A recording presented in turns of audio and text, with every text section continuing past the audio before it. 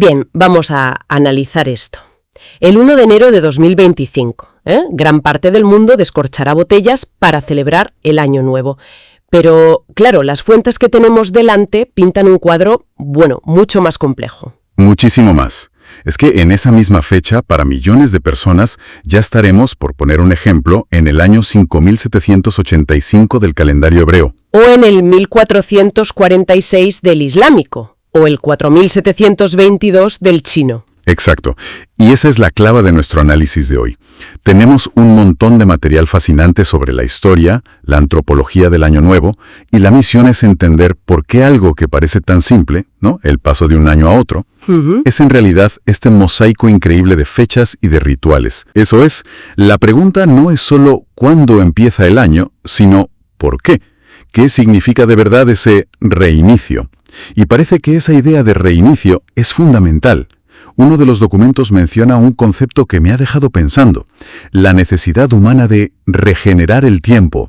¿A qué se refiere exactamente? Suena muy profundo. Y lo es. Es una idea potentísima. Las culturas antiguas, en su mayoría, no veían el tiempo como lo vemos nosotros, como una línea recta que avanza y ya está. Claro. Lo veían como un ciclo.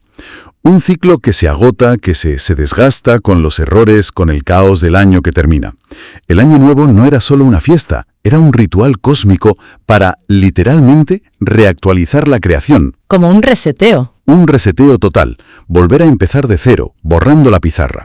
Es lo que el historiador de las religiones Mircea Eliade llamó el mito del eterno retorno. El eterno retorno. Fascinante.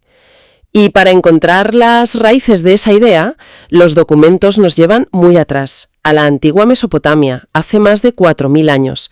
Hablan de una fiesta llamada Akitu. Sí, el Akitu babilónico es probablemente el abuelo de todas las celebraciones de Año Nuevo.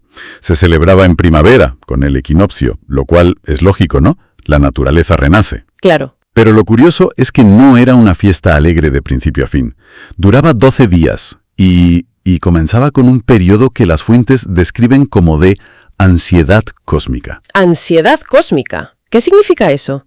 ¿Tenían miedo de que el mundo se acabara o algo así? En cierto modo sí. Su mitología contaba que su dios principal, Marduk, que representaba el orden, era simbólicamente encarcelado en el inframundo por las fuerzas del caos. O sea que el universo pendía de un hilo. Literalmente, durante esos días el cosmos corría el riesgo real de disolverse y volver a la nada. Para evitarlo, pues hacían rituales muy específicos. Por ejemplo, recitaban en voz alta el poema de la creación, el Enuma Elish. Que no era solo un cuento. No, era un acto mágico. Una forma de forzar al universo a que se recreara correctamente. Es increíble pensar en esa presión. Y en medio de todo esto, hay un ritual que a mí me ha parecido alucinante. La humillación del rey. ¿Ah, sí? Es uno de los actos político-teológicos más sofisticados que conocemos de la antigüedad. El rey, que era el intermediario entre los dioses y los humanos, era llevado ante la estatua de Marduk. ¿Vale? Y allí, el sumo sacerdote le despojaba de sus insignias, la corona, el cetro, le abofeteaba con todas sus fuerzas y le obligaba a arrodillarse. Un momento. ¿Le abofeteaban de verdad? ¿Al rey? Con fuerza, sí. Y le obligaba a recitar una especie de confesión negativa, jurando que no había descuidado sus deberes, que había sido un buen gobernante. ¡Qué fuerte! Y fíjate qué curioso, si la bofetada hacía que al rey le saltaran las lágrimas, se consideraba un presagio excelente para el año. ¿En serio? Era una señal de que el dios Marduk aceptaba su sumisión. Un recordatorio brutal de que su poder no era absoluto, ¿sabes? Tenía que ser ganado y renovado cada año. Una lección de humildad para el poder que hoy parece impensable. Desde luego. Es fascinante ese concepto de Mesopotamia. Pero no todas las culturas antiguas lo veían con tanto dramatismo, ¿verdad? Los documentos apuntan a que sus vecinos en Egipto tenían una visión mucho más cíclica. Claro, en Egipto el enfoque era completamente diferente. Su año nuevo, el Wepet Rempet, no miraba a los dioses del inframundo, sino al cielo y al río. Estaba ligado a la astronomía y sobre todo a la hidrología. Empezaba en verano, en julio. Eso es, cuando la estrella más brillante, Sirio, reaparecía en el horizonte justo antes del amanecer. Y esa aparición era la señal inequívoca de que iba a comenzar la crecida anual del Nilo. La crecida que fertilizaba toda la tierra. Era literalmente el comienzo de la vida para ellos cada año. Exactamente. Era un evento predecible, benefactor. No había ansiedad, sino expectación, celebración. Y una de las celebraciones más curiosas que mencionan las fuentes es el Festival de la Embriaguez. ¿Suena bien?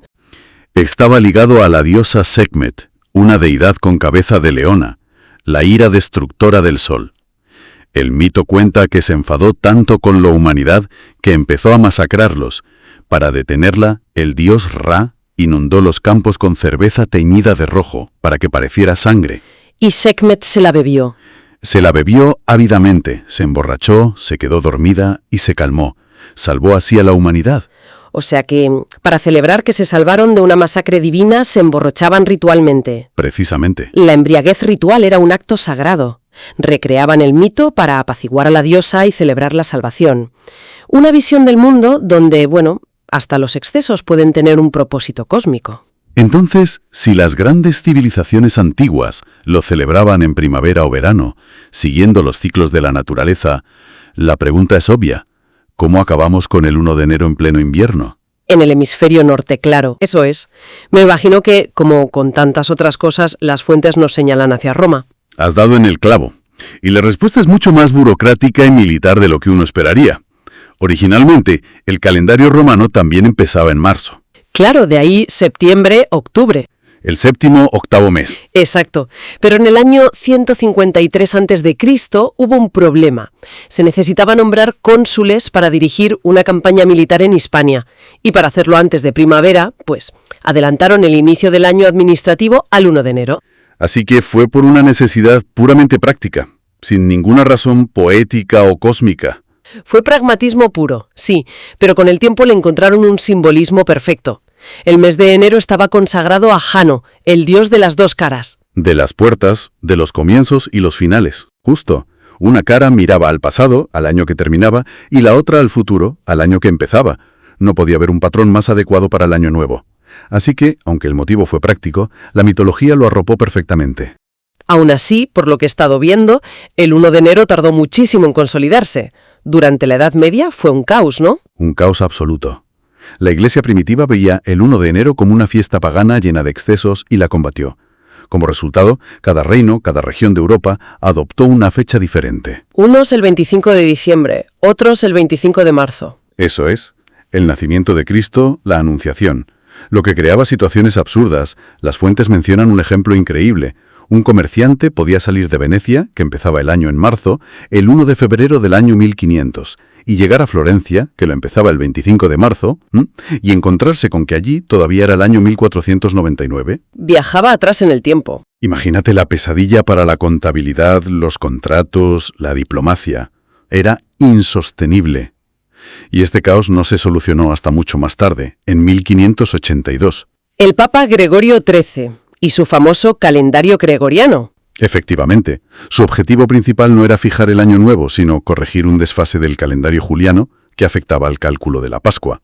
Pero ya que estaba, restituyó oficialmente el 1 de enero como primer día del año para todo el mundo católico. Pero claro, en 1582, Europa estaba dividida por la Reforma. Supongo que los países protestantes no aceptaron una orden del Papa sin más. En absoluto. Lo vieron como una treta papal, por eso tardaron tanto en adoptarlo. Gran Bretaña y sus colonias, por ejemplo, no lo hicieron hasta 1752. Casi 200 años después. Y para entonces, el desfase era ya de 11 días. Así que el Parlamento decretó que el día después del 2 de septiembre de 1752 sería el 14 de septiembre. Un momento. Simplemente borraron 11 días de la vida de la gente. La reacción debió de ser tremenda. Fue caótica, hubo disturbios. La gente salió a la calle gritando, «¡Devolvednos nuestros 11 días!». Pensaban que el gobierno les había robado tiempo, ¿sabes? Es que es lógico que lo pensaran. Claro. Es un recordatorio fantástico de que el tiempo, aunque es abstracto, tiene consecuencias muy, muy reales y personales. Totalmente. Bueno, todo este viaje nos trae de vuelta a 2025. Mientras el mundo de los negocios se rige por ese 1 de enero, muchas culturas han mantenido su propio ritmo. Empecemos por el calendario judío. Su año nuevo, Rosh Hashanah, será el 22 de septiembre. Los documentos lo describen como algo muy diferente a una fiesta de cotillón. Infinitamente diferente. Rosh Hashanah Es un momento de una solemnidad profunda. Conmemora la creación no del universo, sino específicamente del ser humano y por tanto de la responsabilidad moral.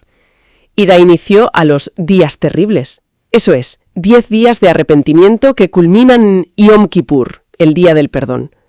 La teología dice que en Rosh Hashanah Dios abre 3 libros, para los justos, para los malvados y para la gente común, y decide el destino de cada uno. Es un tiempo de introspección, no de celebración bulliciosa.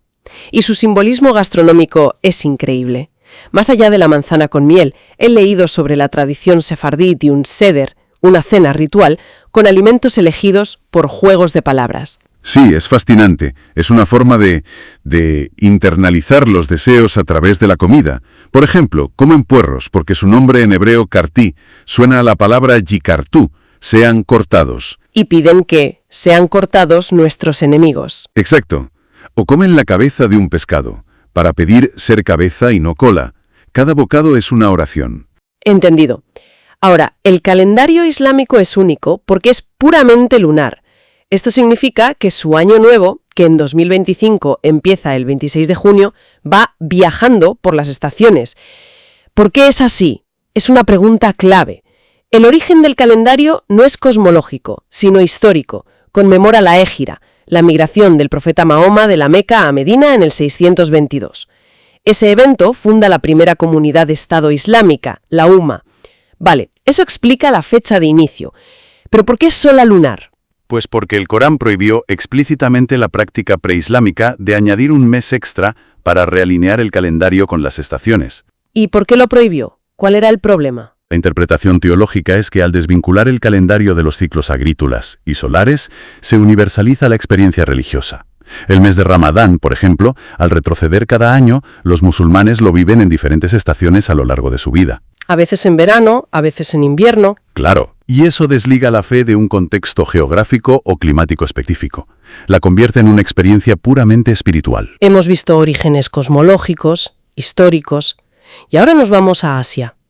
El Año Nuevo chino, que es quizá el más conocido globalmente, combina ambos. En 2025 cae el 29 de enero, año de la serpiente de madera. ¿Qué nos cuentan las fuentes del origen de los petardos, el ruido y el color rojo? Pues, de nuevo volvemos a la lucha contra el caos. La leyenda más popular habla de un monstruo mítico llamado Nian, que significa año. El monstruo año. Sí, se decía que una vez al año salía de su escondite para atacar las aldeas.